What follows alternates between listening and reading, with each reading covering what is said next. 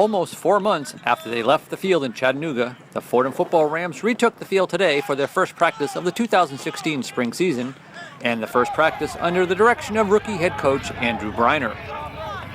Unlike last spring when Fordham used the season to help identify who would fill in for the 18 departed starters, this year the Rams return 18 starters, which will help with Breiner's transition from offensive coordinator to head coach. The 2016 squad will also look to continue Fordham's winning ways over the past 3 years, where the Rams are 32-8 and have spent 42 consecutive weeks ranked in the NCAA FCS Top 25.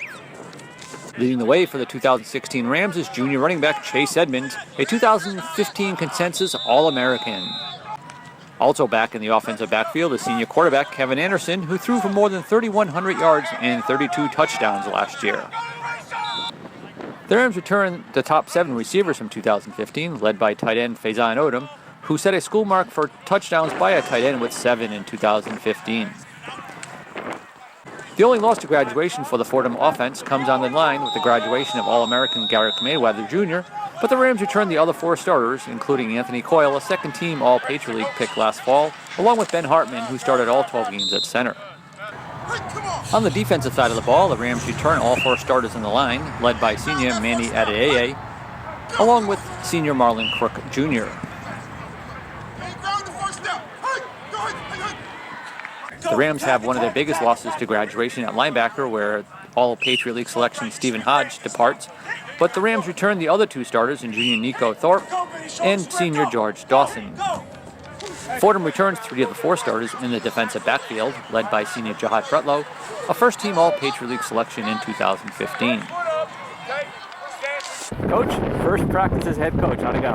It was good. It's certainly a different perspective after 10 years of standing behind the quarterback and now standing back behind the defense to get the full field view. It was a different view, but it was good. Guys came out. I thought they had energy, which was the first thing we asked them to do. I thought they came out and competed, and we finished early. We didn't finish as well as we need to late.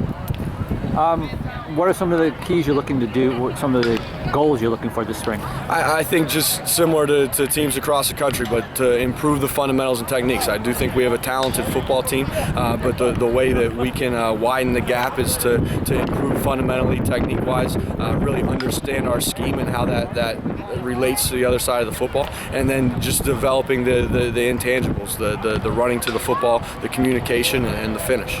Now, how different is this spring from last spring? Obviously, a year ago you graduated a bunch of starters. This year you're returning a bunch of starters. Does that factor in at all into your spring plans? Absolutely. It allows you to do some different things with your install schedule when you have a veteran group. Don't have to go quite as slow. So that, it's a lot easier when you have those guys. But we really go back to the basics every install, every spring ball, every fall camp. We're going to go back to the very basic things and teach them to the guys as if they haven't heard them before.